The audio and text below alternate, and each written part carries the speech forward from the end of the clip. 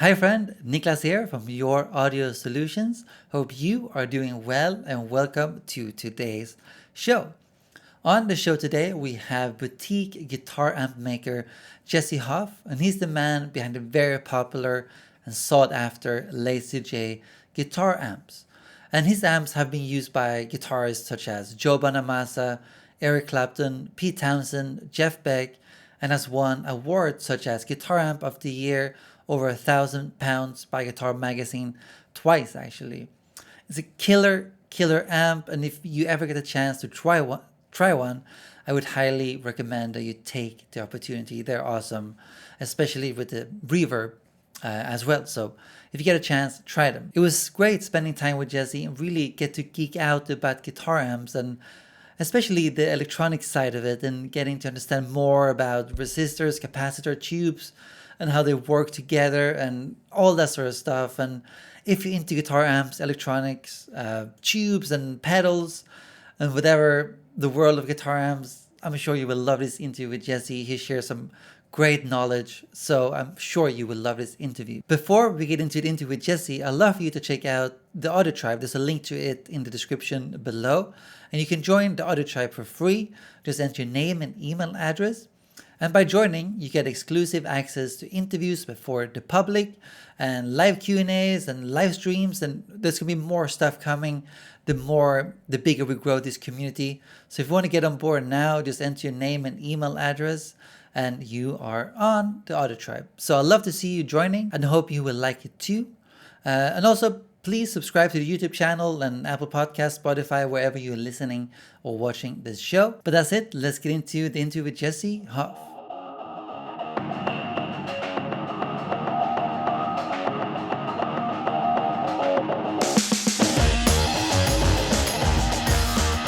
First of all, pleasure to have you here. Been looking Yeah, forward pleasure to have pick you your here. brain. Yeah. Yeah, whatever there is to pick. Yeah. I hope you don't have high hopes here. There's not that I'm sure much it'll to be pick. fun. I'm sure it'll be fun, man. Yeah.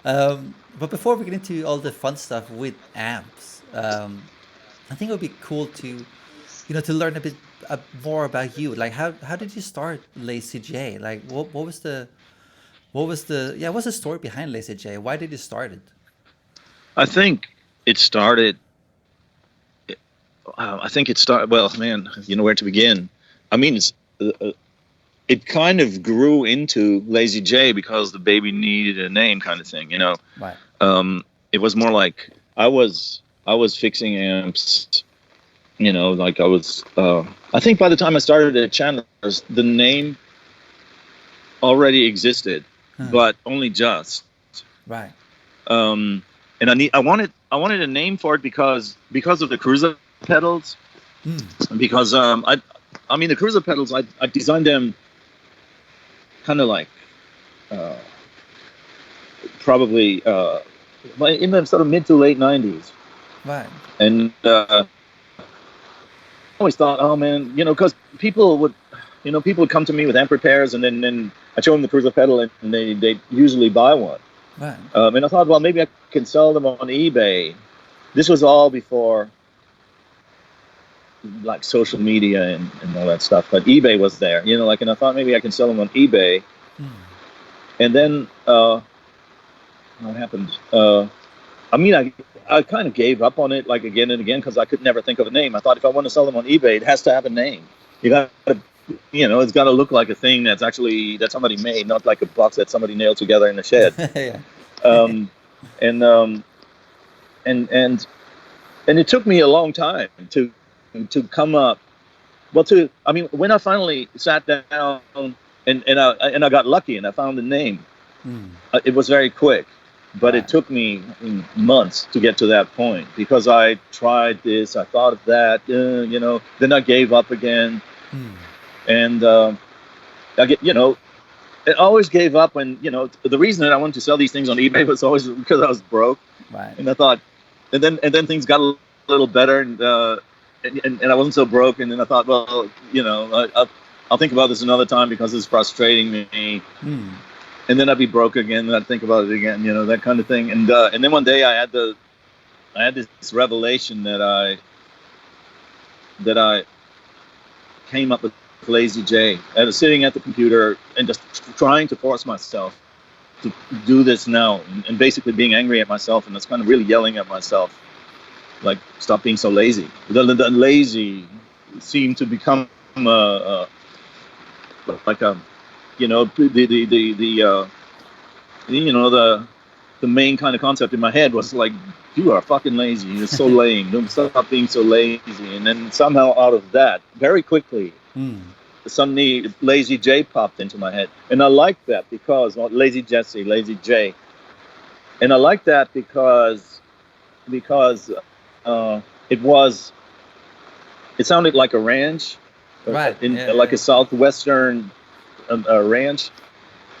And I like the concept. I love the Southwest, and I like the, you know, the imagery that kind of conjured up in my head. You know, that was nice, and I liked it. And I thought, oh, maybe that's what, you know, that's good. I Googled it, and sure enough, there are ranches out there named that. Oh yeah. And the Lazy J Ranch and the Lazy J Motel and whatever, and they're all in the Southwest, but no, nothing musical, no amp company, nothing to do with music called Lazy J. And I thought, well, maybe that's a good name. And that's where the name then originated. And while I was on the roll, I kind of opened a Word document and I kind of fooled around with the font, and within 20 minutes, I had the name and the logo. And is that still the same logo today? Yeah. Yeah, it's really crude, you know. It's I mean, it's so crude that the outline of it is so pixelated, you know. Right. Which it didn't look like that on the actual Word document on the computer, but when I printed it off on an acetate, it was all pixelated. Right. And I thought they would clean that up when I had badges made. When I finally started building amps, and you know, when it was really small, you couldn't see the pixelation. So on the cruiser pedals, it just looks normal. Right. But when you blow it up, it's all jagged. Right. And I thought that when I gave that to the people that made the first batch of logos, when it was a silk screen, I thought they would tidy that up. Right. But they didn't. And so and now I think it's cute. At that time, it really bothered me. I thought that it looked so amateurish, you know. Right. But now I actually like that it looks like that because it takes me back to the beginnings. You know, it's nice. But so I don't think I've ever heard about the cruiser pedal. What was that? Was it a booster or was it a distortion pedal? What was it? Yeah, it started out. Well, I like boosters. I didn't like. I never liked. Well, the go-to pedal at the time, for a lot of people, was either a tube screamer or a rat pedal. Right. And I didn't like either one of those. I like boosters. I like things that push the amp harder. You know, so the go-to one that I liked was Electro-Harmonix LPB2, like from the 70s, like a really old, really crude, simple gain stage.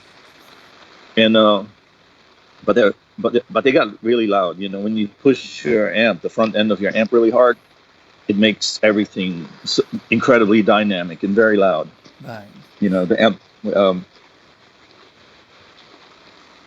And at times I couldn't use them. Then I had to switch to the tube screamer that I had. You know, like, and at times when I was playing, like, say in a club with a restaurant attached to it, and people were eating, then people would complain it was too loud. Right. And I had to switch to the tube screamer. Right.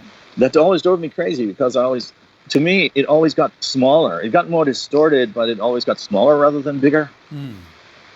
You know, when you kicked it in, it was like, that should be a lift. There should be more balls. And somehow it just got, you know, everything seemed to cave in.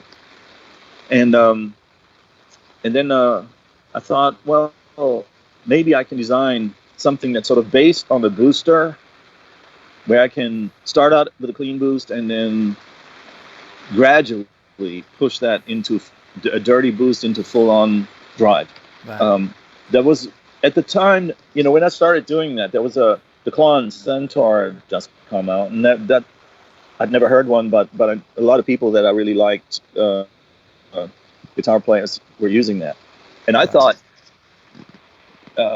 so I thought when I built the Cruiser, I imagined that I was sort of building my own version of what I thought the Concentro would do. As it turns out, they're quite different pedals, Right. and I couldn't, but the Cruiser became a thing in its own right, like when, so typically, I mean, because I never did put them on eBay, and the whole Lazy J thing with the amps, that began sort of in 2008, 2009. Right. And at that point, the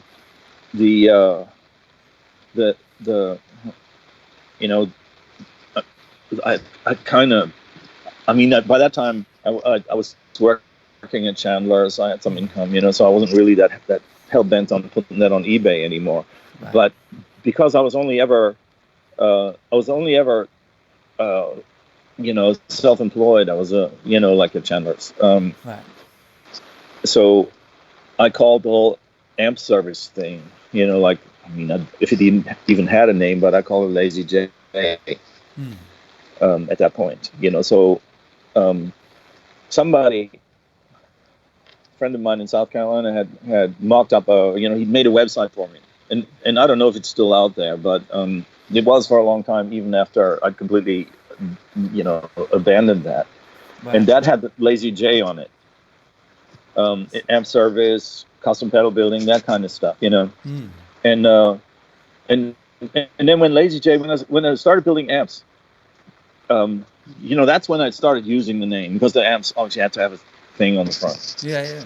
And then the Cruiser pedals then started to kind of ride in on the back of it. Right. They became a thing, not because I was pushing the Cruiser. It's more like it was one extra thing, that already existed, and I was surprised. I mean, I like the Cruiser a lot, personally. It was a pedal that I'd made for myself that did what all these other pedals didn't do, and so I was really happy, that made that. I thought other people would probably like it too, and some people wouldn't, but it was a thing that sort of stood there in its own right. But then it found its own way, and that was a surprise to me, because when I designed it, I never took myself seriously as a sort of a pedal designer. Do you know what I mean? I thought I just made something for myself, and it's a thing, and it wasn't really. When I made mine, that first one, I built it into I had an AB pedal, electroharmonic switchblade. It was called, right? It was literally an empty box with a couple of jacks in it and a switch. It was a passive AB box, but the enclosure was awesome, and so that's what I built the first Cruiser into. That was my own product Cruiser pedal. But what is like the clone, for example? How come?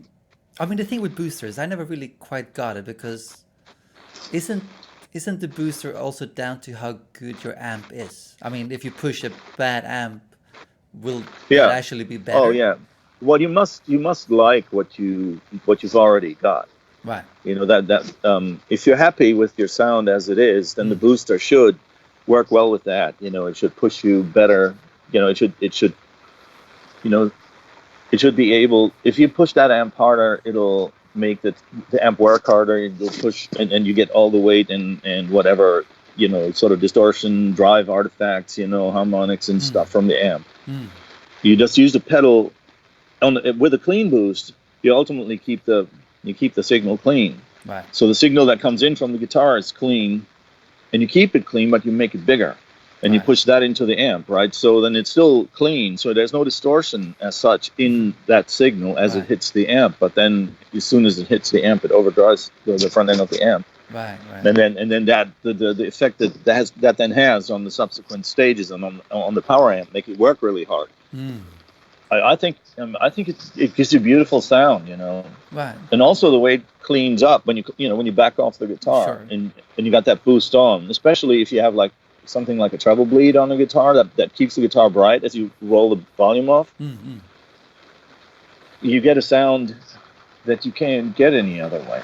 Right. Very. chimey, clean, bright sound, like that. I like that a lot, Yeah, you definitely. know. I mean, Yeah. something when it comes to amps and just electronics in general, for me, that's always been very hard to understand is like when you make an amp or a piece of pedal, how do you, let's say the amp you build, oh, it's too bright. How do you know what you need to change in the amp to fix it? How does that translate? Do you know I what I think mean? it's yeah, of course. I think it's hard. I mean, it was harder for the people who designed the first amps, I think. Right. Like back in the 1920s, 30s, 40s, whatever.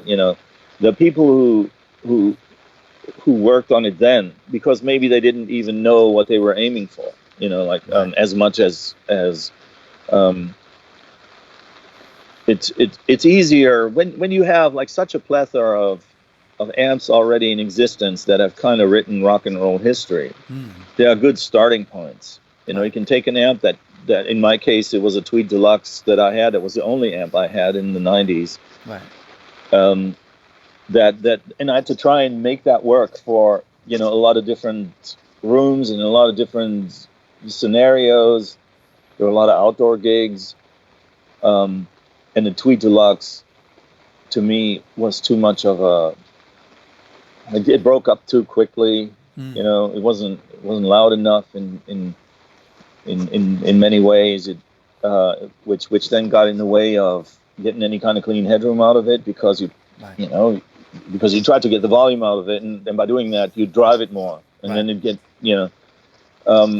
and so I started messing with that, so out of experience then you kind of come up with a philosophy over time, as you, and also people come to you, when you work on amps, which is actually only something that sort of happened. At first I just worked on my own amps, and then doing it for other people, that was more something that came after. But when people then come to you and they say, they have certain ideas of what they want, and you try to give them that.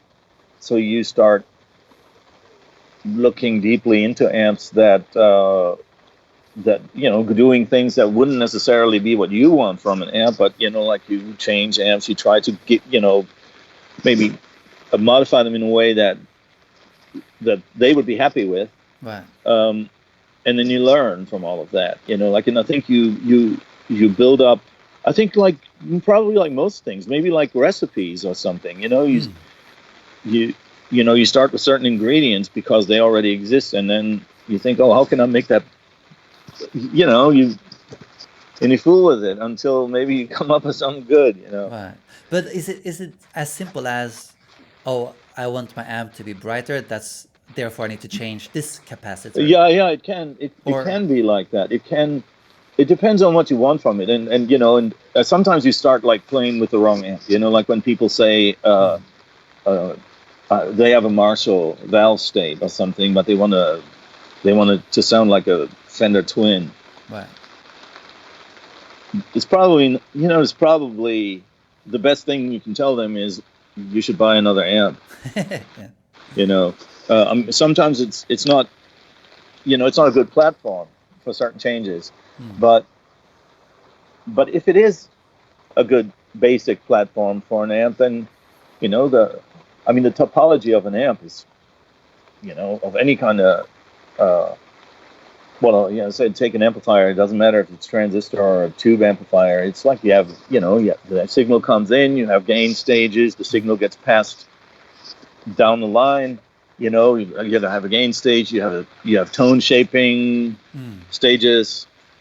You have a phase inverter. You go out to the power amp, and then you go out to the speakers, and so there is a certain topology. There's a certain sort of geographical path that the signal takes, and within that, you can sort of imagine if you were the signal, right? In a way, if you.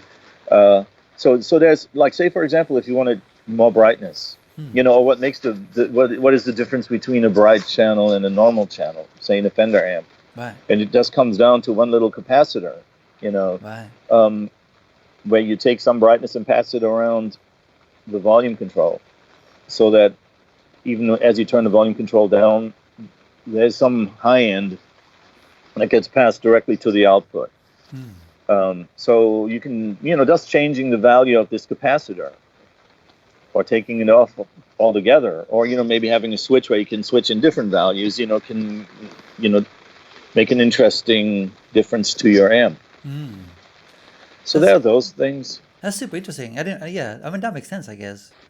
But could we delve deeper into the different stages? So I mean, obviously it starts with the preamp, or is that the right word for? Yeah, the preamp is essentially everything that comes before the phase inverter or the power amp. Well, if you take this phase inverter as a part of the power amp, then the preamp is everything that comes before that. Right. And depending on the amp, take a simple what you would call a single channel amp, like where you have like input, gain stage, a single channel, as in it doesn't have a crunch channel and a drive channel. It's just it's got this one path, for the signal to go through, and of course within that you can turn it up more, that drives it more and whatever. But it only has this one single channel. It doesn't have other channels. Those amps, signal comes in, and usually the signal goes directly from the input to the first gain stage. So that's why I tell, people ask me a lot, how do I get the most clean headroom out of an amp? And the answer is ultimately, if you have your guitar on full, then you're already limiting the clean headroom that your amp is going to give you, because when you hit that first gain stage, depending on how much gain that first gain stage has, but it's a pretty universal thing, the way they are usually set up. If you take, like, say, your typical Fender amp, you hit that first gain stage with the full guitar signal, you're already overdriving it. Right. So even before you get to the volume control of the amp, you've already generated distortion in this first gain stage. So even if you keep the volume on the amp low, you've already introduced distortion because you're already pushing that first stage hard. Right. So that's why some people use lower gain tubes in that first stage. Back off the guitar a little bit, and so you don't hit that stage so hard, and you get more clean headroom. Right. And then usually from there, it depends on what Fender amp. In the Tweed amps, in a lot of them, not all of them, you have you then hit the volume control. Right. So you come off the first gain stage and then to the volume control. And that controls the output, I guess, from the amp? Yeah, that controls how much of this input signal now, the signal that's been processed by the first stage and amplified in the first stage, how much of that you now take and pass on to the rest of the amp. Right. So what comes after the volume? I mean, obviously you have the speaker, but do you use tube after that or anything like that? Yeah, well, yeah, if we're talking about tube amps, right. So all the subsequent gain stages are all tube stages. So you would then come off the volume control. The volume control, unless you have it on full, would obviously bring the signal back down. So the signal that comes into the volume control from that first stage is much hotter than the volume that comes out. Right. I mean, the only way you pass the full level from that, through the to the output of the volume control is by having the volume control all the way up. Right. Right, and you can imagine that would, of course, be very loud. So the volume control, is not just very loud, but also very driven. You get like one sound from that, right. But you might prefer your amp on 4, So you lose you cut down, you lose output, in the volume control. So now so the signal is now lower. So you've just amplified it a lot in the first stage, but now you've lost a lot of that. Right. And then volume controls, if you have, tone controls, like if you have a tone stack, that introduces more losses. Right. That's like EQ and stuff like that, right? That's the tone. The tone stack is your treble, middle, bass, presence control, but that usually works on the output. But so then as you go through these stages, you have to recover the losses. Right, you boost it back up again. So there'll be another stage that does that. Right. Like so after the tone controls, for example, there will be another stage that boosts the whole thing back to the level that it was before. Right. Or beyond that even, because the whole idea now is, because it's an amplifier, right? It's supposed to amplify, make things louder, as well as introduce, obviously, tone shaping and stuff. The whole idea is that you now create a level that can drive the output tubes. Right. And so you cannot drive the output tubes with a guitar signal. They would not respond to that. The signal needs to be much bigger in order to drive the tubes. Right. Now, typically, most amps, I would say probably most of them, are class, they're push-pull amps, So in other words, they divide the wave, the full 360 degrees of the wave up into two parts, and they get one tube, one side, if you have more than two tubes, to amplify the positive part of the wave, and the other side amplifies the. So in other words, you got to now create from the preamp, where you have just the one part of the wave coming in, so that you can feed the two separate sections of the output stage. Essentially, you need to split that signal in two, right? And because you're working with a given positive power supply, in order to you need, you need to create a mirror image of the bottom part of the wave. So in other words, you need an inverter. You need what they call a phase inverter, right? So that what that does is, like, often they call it a phase splitter as well. You split that one, the 360 degree signal that comes in, you split that in two and create an inverted part. The second, so one side stays the same. The other side is an inverted mirror image of the signal, of the other side. Right. And then you feed that into the two parts of into the two sides of the output stage. In the output transformer, you sum the whole thing back together, and then feed it to the speaker. That's cool.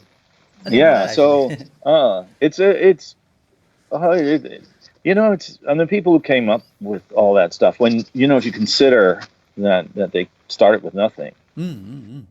Amplification didn't even exist until they invented it, right? Like, that's clever stuff. I think it's totally fascinating. It is. And but when people talk about the sound of a transformer, and there's different kinds of transformers, is that, does a transformer contain all that magic that people say, or is it?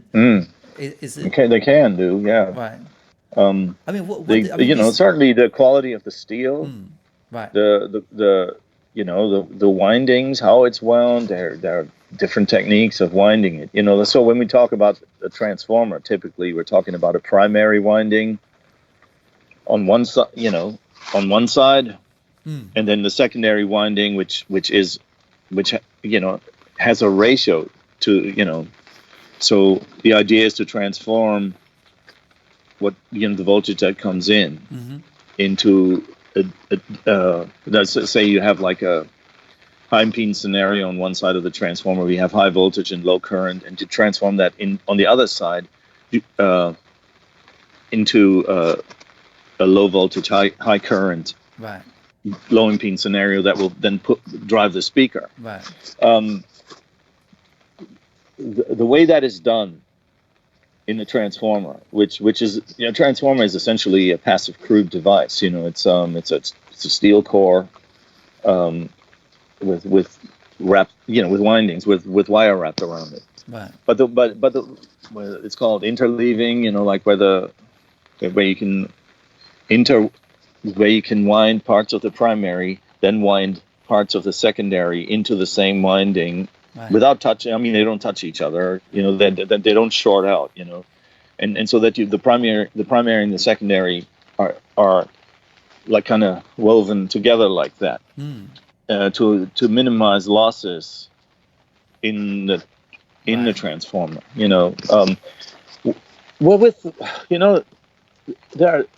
I'm not a transformer expert. And the people who do that, to make transformers, can tell you a lot more about that. but in terms of interleaving and stuff like that, like there are some transformers that are like the Tweed basement transformer. It's a output transformer. It's it has this sort of holy grail, status. Right. This myth. Or I don't know if it's a myth. It's a fantastic sounding transformer, but can you say that a it's transformer is amazing sounding? I mean, doesn't it depend on all the stages before it and oh, of after? course, yeah, of course, of course. It all every part of the amp has has a crucial effect on how the whole thing works together. One thing that people, to my absolute bafflement, often neglect is the speaker. Right. I mean, the speaker is the one thing that actually makes the sound, and it's kind of hard to believe how many crappy speakers you find in good amps. Right. But output transformers absolutely have a huge effect on the sound of an amp. But so when you designed your amp, did you go through different transformers and was there a huge difference in once you tried it? Yeah, definitely. I mean, you can Right. hear differences in the quality of the, I mean, and not you know what, it all has to work together, Right. and you try transformers until you get to a point where you think, I like this type of transformer in this amp best. Right. I tend to like smaller output transformers over bigger ones. In general, I find that larger output transformers, if they're physically larger, with more core material, to me they always sound more hi-fi. Right. They take the cohesiveness. I mean, they have a tremendous or amazing bottom end, clarity. But to me, they also lose the cohesiveness across the middle somehow. It's as if, the best way to put it, I think, is probably, I found with the bigger transformers, it's like sitting in front of like a three-way hi-fi speaker box. Right. And you have the woofer and the mid-range and the tweeter, and you can hear them. You can, if you're really sort of sitting closely in front of it, you can hear the woofer, you can hear the mid-range, you can hear the tweeter almost separately. I don't think that's necessarily desirable in a guitar amp. Right. So I don't know. In my experience, I've always favored the smaller transformers. Right. Physically smaller. Yeah. But then using the type of steel you use and the type of wire and how thick the wire is and how many turns there are, all weighs in. Much like it weighs into pickups and Sure. so I think that the thing with guitar amps always is, it's not hi-fi. We're not trying to reproduce sound. We're trying to make sound, produce sound. Come up with something that creates sound rather than reproduces it. So the approach to a guitar amp is probably much cruder than it would be with hi-fi amp. Right. Where you when you want to replicate. yeah. That's, I mean, very cool, man. I mean, when people talk about recapping, that can be your console, your amp. Is that snake oil or that's actually no, a it's real thing? important. Yeah. Well, I mean, capacitors have a sound, Right. and the type of capacitor you use it affects the sound tremendously. Right.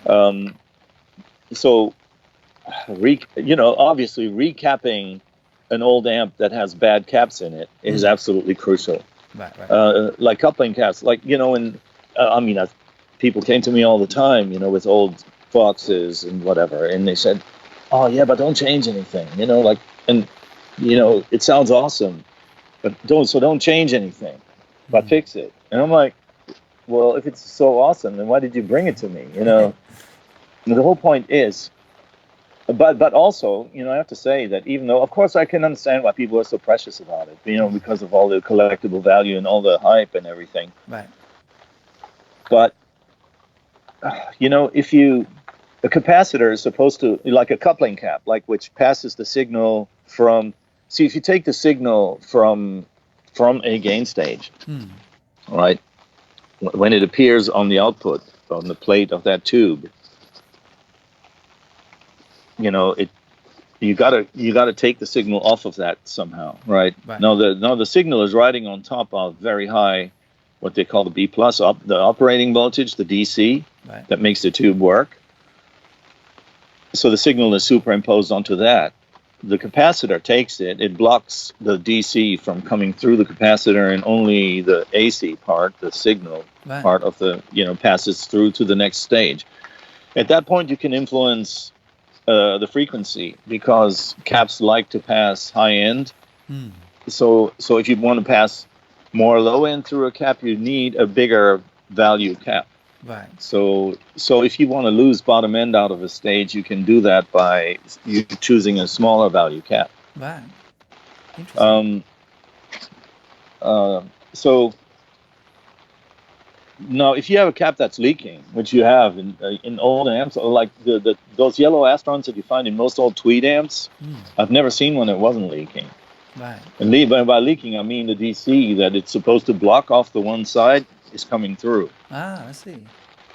And it's coming through along with the signal. Now, when it hits the next stage is set up. It's got its own bias scheme, right? That it's so with no signal applied, that tube is balanced at a certain operating point, that when the signal comes in, it can deal with it and do its thing. If you have a lot of DC coming through there along with the signal, it messes with the bias, right, and throws everything off, and then you get like crazy random sounding amp, that. So everyone who came to me and said, "Don't change anything," like ever. When they got the amp back and I'd done, I changed the caps and made it good. They all said, "Oh my God, it sounds so much better now." So even though they said don't change anything because it sounds so good, they always appreciated it and they heard it too. So it wasn't us, So I think it's it's not. It's definitely. I mean, it's not magic or anything. It's just like making things good when they're not good. But also, and sometimes in an amp, you find other reasons to change caps, not just because the old ones are leaking. And they could be if you have an amp where cost cutting is evidently part of the build process, because if you really mass produce something and you have, ultimately you make like 100,000 of these things, you might not necessarily, you find production methods that are cheaper. You find possibly also components that are good enough, but not necessarily the best you would choose if you were building it for quality. So you find ceramic caps in amps that I think sound absolutely horrible, and you find them in crucial places, like the phase inverter input, for example. That's a real bottleneck. The entire everything you've done in the preamp has to pass through this one cap to get into the phase inverter. Right. So at that point, you don't want to use a shitty cap. How come? But because it doesn't flip it. Yeah, because because you do everything, even if you use the best, all the good quality stuff in the before that, and it's all awesome, and the signal comes in, and then you use a crappy cap to pass the signal through to the next stage. Then you basically introduce crappiness, right, where there wasn't crappiness before. You know, What so what is a crappy capacitor? Does it mean it doesn't sound good. right? To me, ceramic. You know, see, in the tone shaping stuff in old tweed amps, even like the well, there was a ceramic cap. I'm thinking of a tweed bassman right now. No, tweed bassman would have had on the bright channel. It's got a little capacitor to make it bright. Right. And I think even on the tweed bassman, that would have been a ceramic cap. On the but on the treble cap in the tone stack is a silver mica cap. Same in the Tweed Deluxe. It's a silver mica. They use good caps. Right. Um, But so does it mean if it doesn't affect the signal? If it's a good cap, it means that the signal comes through. It really sounds better. It sounds better. You know, like to me, ceramic caps have a scratchy, unexciting flat sound to them. Right. If you use a metal film cap, they sound really chimey and full-bodied and beautiful. It's like drinking cheap wine or drinking good wine. Yeah. You know, that's a good analogy actually. If you take like a shitty bottle of Thunderbird off the bottom shelf, or you pay like some good money for a good bottle of wine, even if you're not a wine connoisseur, you will probably be able to be able to tell the difference between the two. And a good cap will do that. You know, like it. Now there are different kinds of good caps.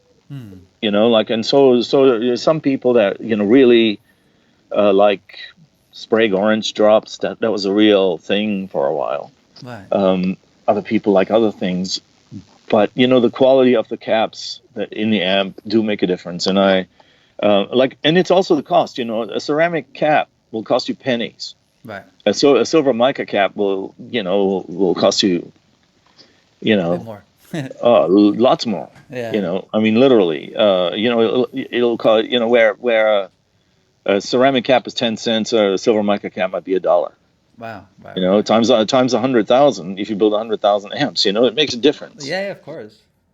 And so those are the things that I would say make a difference and should be paid attention to for sure. But what is the relationship between the capacitor and the resistor in an amp? Like, because obviously there's shitloads of all of them. If you look at any amp. So I always, what is the maybe thought process behind the two working together? If that's a correct question. Well, if you an amplifier, a light bulb, a heater, anything is usually described as a load.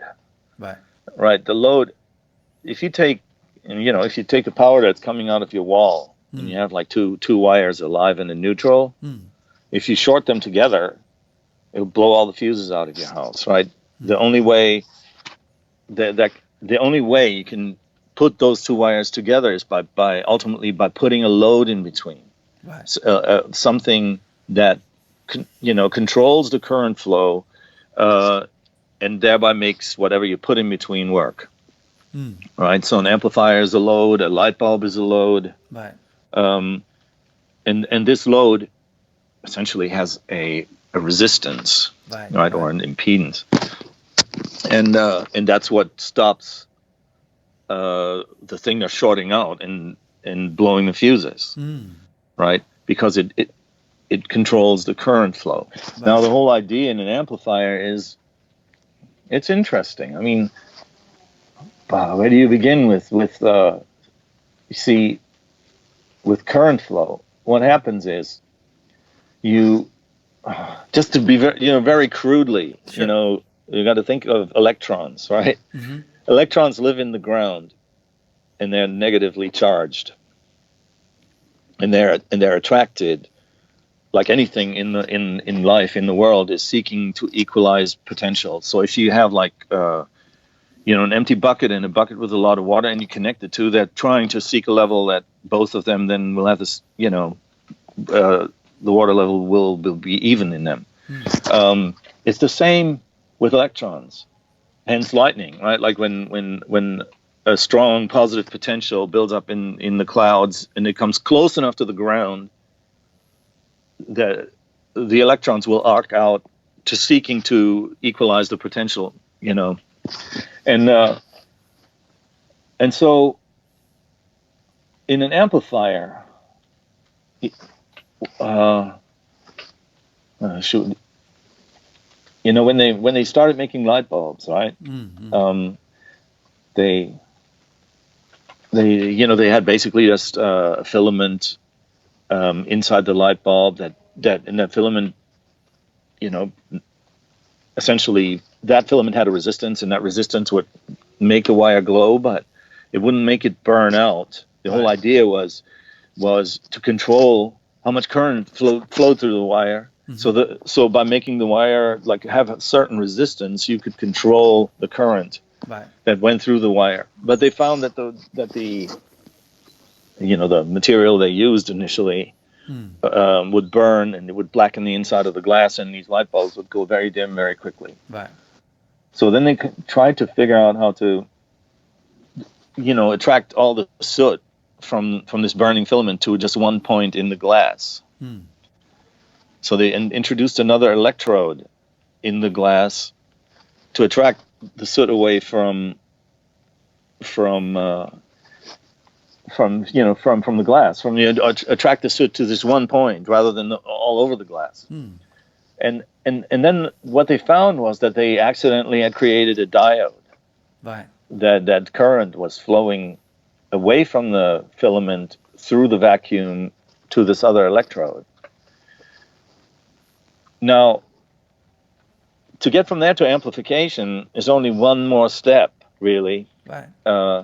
Clever, really, when you think about it. They thought, okay, the only way that we can control how much current flows through this vacuum is by the actual distance between the two, these two, the physical distance inside the vacuum, but also the potential difference between what they call the cathode, is what's attached to ground, where the negative electrons flow from, and the positive potential. So that's physical space, but also how high the potential difference is. If you then take and then at this point, if you now, and this is what they came up with, so you got the cathode at the bottom, you got the anode, the plate at the top with the high potential on. If you put a third element into the middle, which is called the grid, control grid, that's now called a triode. And your typical 12AX7s, your typical preamp tubes, they're all triodes. And a triode is, the idea is that if the electrons are attracted to high positive potential because the electrons are negative. If you turn up the high positive potential on the anode high enough, or you move it close enough, there'll be a crazy unlimited flow of electrons. It'll be a discharge, kind of like lightning.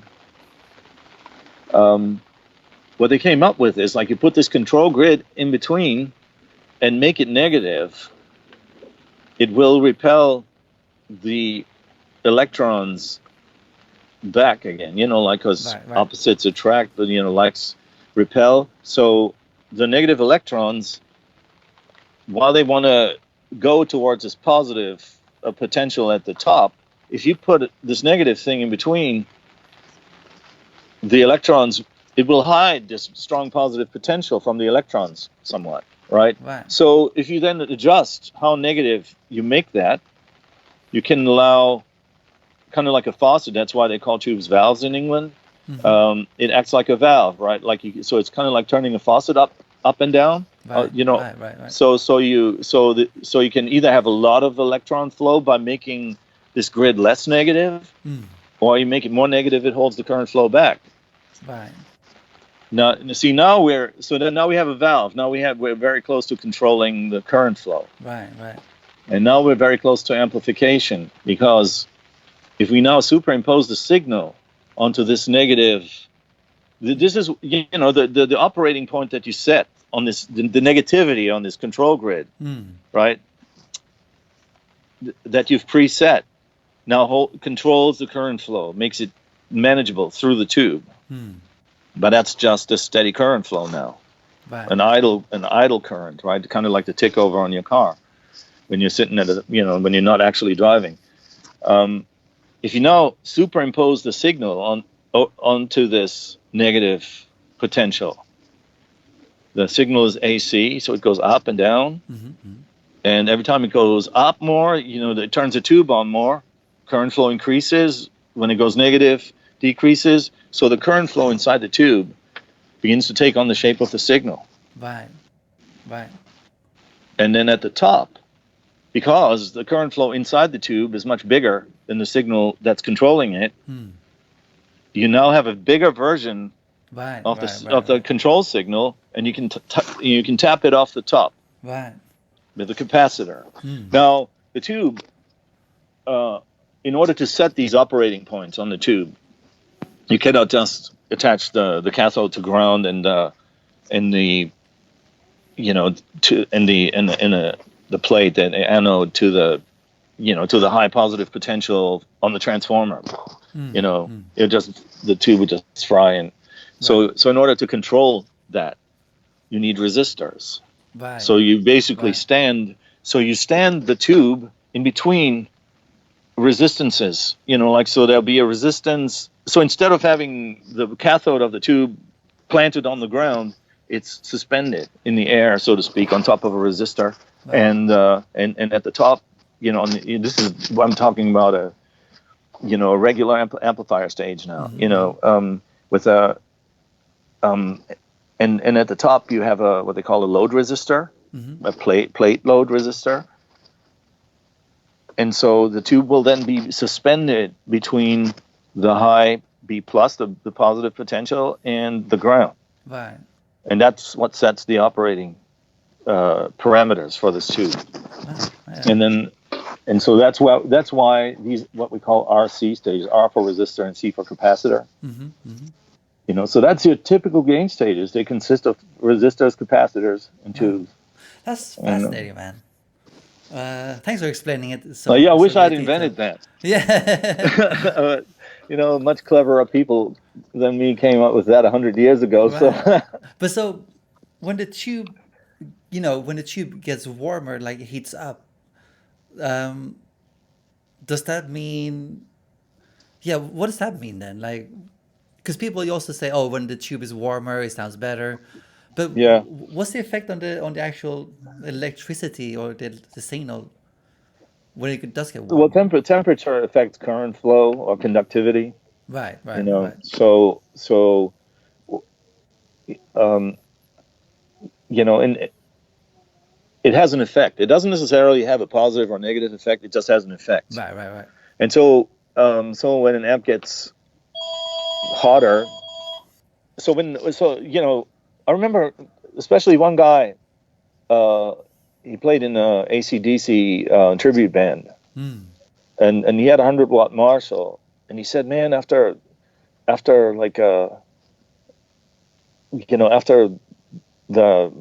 first set, second set, or whatever, the amp just doesn't sound the same. It gets mushy. Right.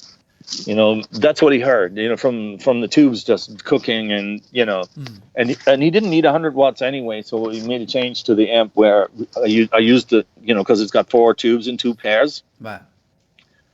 Where I would use the second pair, so he could switch from the first pair to the second pair, to always allow the first pair to cool down. Right.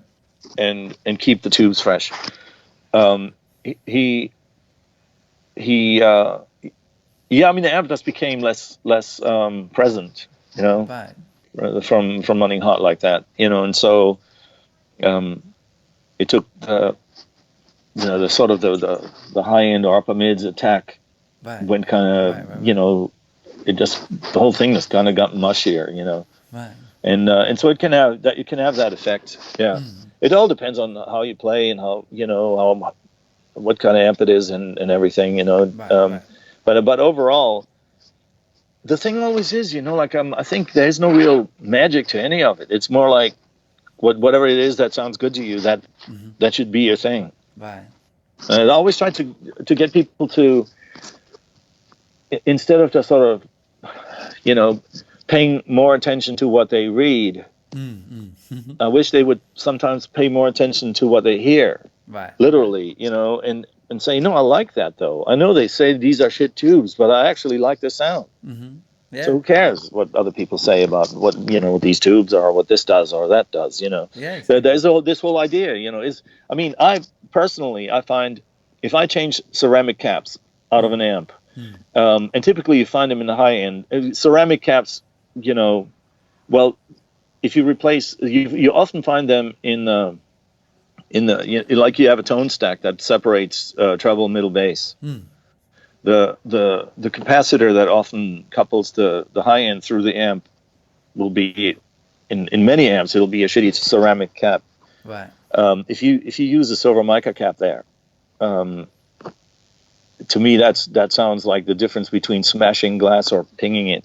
Right. But that's me, that I like that. I know a lot of other people do. I know most people I ever spoke to, people who work on amps and people who have heard the difference, they all prefer the silver mica cap. Right. But would that mean that it's universally the better cap to use in that position? Some people might like the ceramic, Yeah. So I wouldn't necessarily categorically say change all the ceramic caps in your amp for silver micas, because that might not be the right thing to do. Right. Oh, yeah, it's interesting.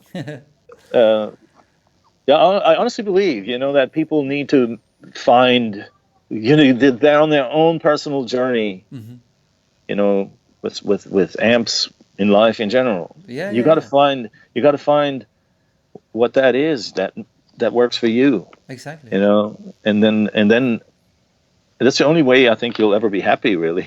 Yeah, definitely, man, definitely. It's super fascinating, the whole thing, to be honest. But you mentioned before the speaker and the importance of having a quality speaker. Yeah. Because I know a lot of people, that praise the vintage 30 Celestion speaker, right? But what does that even mean, the vintage 30? Like, oh, that's just a one speaker model that Celestion made or makes. Right. But they make so many, you can't possibly try them all unless you're rich. Okay. And the thing with speakers is also you can't switch them out really quickly to really home in on the differences. Right. Because a speaker. Speakers don't operate on their own, right? Like they sit inside of a cabinet, and even if you had like cabinets that were all identical, like I'll like say you take 10 Lazy J 20 cabinets, but there are still differences, like subtle differences, like because of the grain, the wood, and whatever, like that. Right. But doing it that way, having 10 identical cabs loaded with 10 different speakers with a switching system so you can switch quickly between them, that would probably be the best way to home in on the difference. Right. But even from having done that, I find it takes about half an hour before you can't hear anything anymore. Like your ears are so hammered and you don't remember what you heard. And, what was it, this one or what that,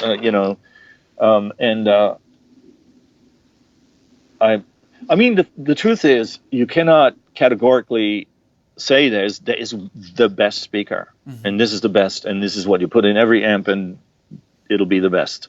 Right. I love Celestion Blues in the J20 and in the J10, but I wouldn't necessarily say that it's the best speaker for every other amp. Right. If I in a J40, which is normally a single 12 combo, I built that as a 2x12 combo as well, but just to amuse myself, because I wanted to. Because if you have like a 50 or 50 watt amp, and you use that much power into one speaker, you need a speaker that can handle the power. Right. And so that limits you on the type of speaker you can use. It rules out all the low-powered speakers. Right. Now, as it happens, I like low-powered speakers. So I wanted to be able to hear a J40 with low-powered speakers. So that meant I needed to build a 2x12. How was it? Was it good or? Yeah, I mean, you could really hear the difference in the speakers then, Right. because if I put two Celestian Blues in a J40, it really brings out the brightness. There's a Right. real spike in the upper mids in a Celestian Blue, and man, did it bring that out. Right. To the point where it became a total country amp, like like that, Yeah. like an amp you would imagine a country player would really like, Yeah, yeah, yeah. but not a rock player necessarily. Sure. Then if I put in two ceramic speakers, I can't remember, like say two vintage 30s, it became much more of Keith Richards instantly. Cool. Yeah, yeah, And if you use one of each, then it was awesome. yeah. And Yeah. so there are these things, right? You try them out, and you go like, oh yeah, because if you can home in on the essence, oh, two Celestian Blues sound like that, and two ceramics sound like this. Oh, let's mix them and see what that sounds like. Yeah.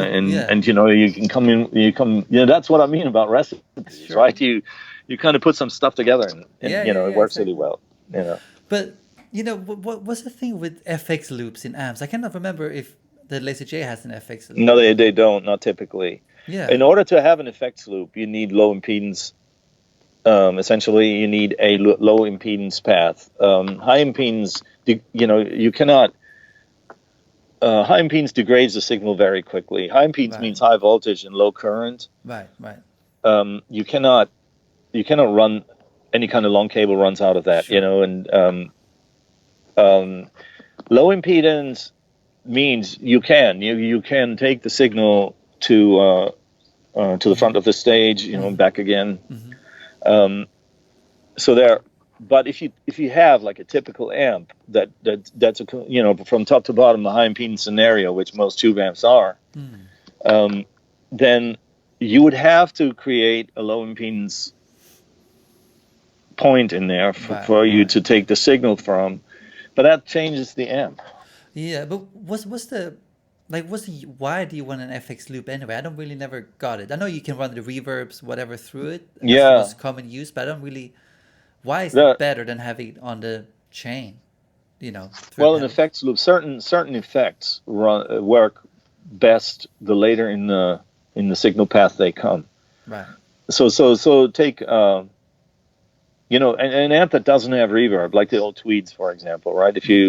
Now imagine if you take reverb and put it in front of the amp, as long as that, which you would with these like say Fender standalone reverb units. Right. Right.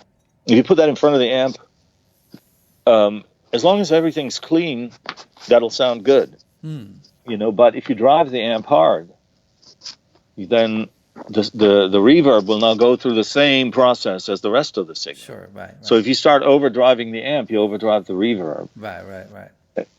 And there's a sound to it that most people don't think is the best reverb sound.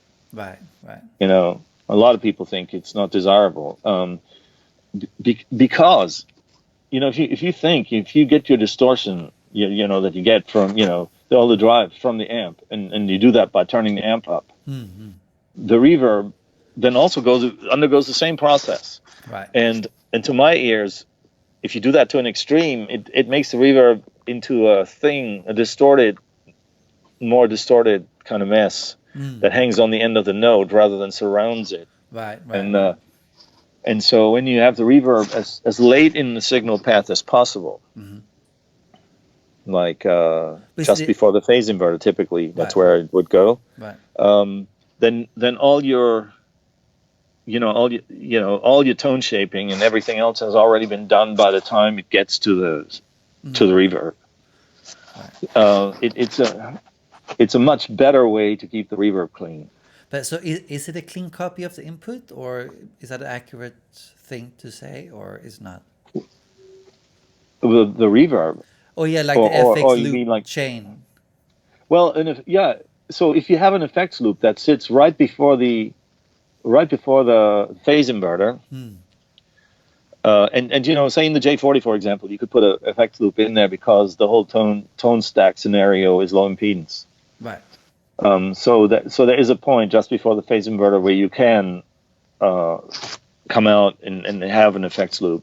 Right. in a low impedance scenario. And the signal at that point is already low impedance, so I can run it to the front of the stage and I can run it back again. Right. I can put certain effects that I don't want to distort anymore. Right.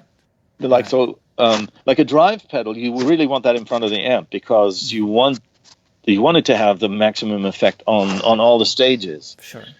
But an echo, for example, like a delay or a reverb, you want to keep that clean. You want them to, like an echo, ideally you want that to be a reproduction of what came in, right? So, if you imagine that you have an echo in front of the amp, and you drive the amp really hard, then the echo will go through that whole distortion process, the same as the direct signal, and it might not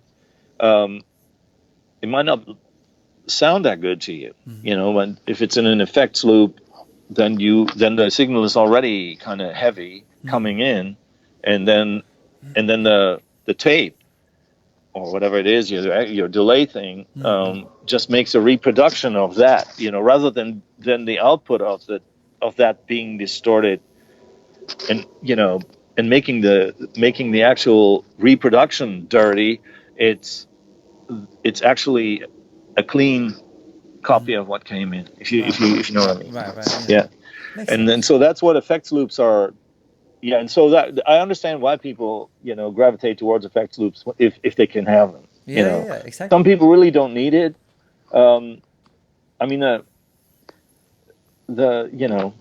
some amps handle effects in the front really well, and others not so much. Right. And so I wouldn't say necessarily not having an effects loop is a deal breaker. It is to some people, though, and I can understand that. Like if they rely heavily on effects loops and what they get from an effects loop, then that is really a thing that they need to have. Yeah, that makes sense actually after you explain. But Jesse, it's been a pleasure. Before we actually wrap up, is there any cool stuff coming from Lazy J in the future, or anything we should be on the lookout for? Well, I want to start my own tequila company. Okay, that's awesome. That would really make me happy. I mean, there's a couple of pedals coming out. Okay. But really, I would like to start my own tequila company. That's interesting. I mean, how come? Lazy J tequila would be. I think it would be good. I think it would be a good thing. I think people need to drink more tequila because they're too uptight and there's too much. Too much uptightness in the world, and I think we need to get to a point where where we got to get to a better place, and I think tequila can help. Yeah, definitely. But that would be a good one. But where in the process of your own tequila are you in now? Oh, I'm testing a lot right now. Oh yeah, cool. Yeah. Oh no, I mean, I think partly the reason for my tequila thing is I like tequila, and I can see field trips to Mexico coming up. I think that would be a good thing. Yeah. And I don't know if it'll ever come off, man, but I just think it'll be a good thing. Have some fun with it. Well, if you do it, you have to come back and explain that. Yeah, process. How tequila works. Yeah, exactly. Yeah, I know. I'll probably have a lot more fun doing that. I mean, and you know what? Just imagine like the sampling. Like we can have like these. We can have tours, right? We can have like Lazy J tequila sample tours. Yeah. I mean, how cool would that be? So at like a NAMM show, instead of having amps there, have a rack of tequila. It would be wonderful, man. Yeah, that would be awesome, man. Awesome. Okay, so tequila and some pedals are coming up. Yeah, a couple of pedals, a drive pedal, and one of them. I mean, they're both in the prototype stage. I mean, so they're essentially circuit-wise, they're all done. It's just a matter of assembling. Putting them, deciding on exactly what they're going to look like, and and making them. The idea is, I mean, this whole coronavirus thing got in the way of everything.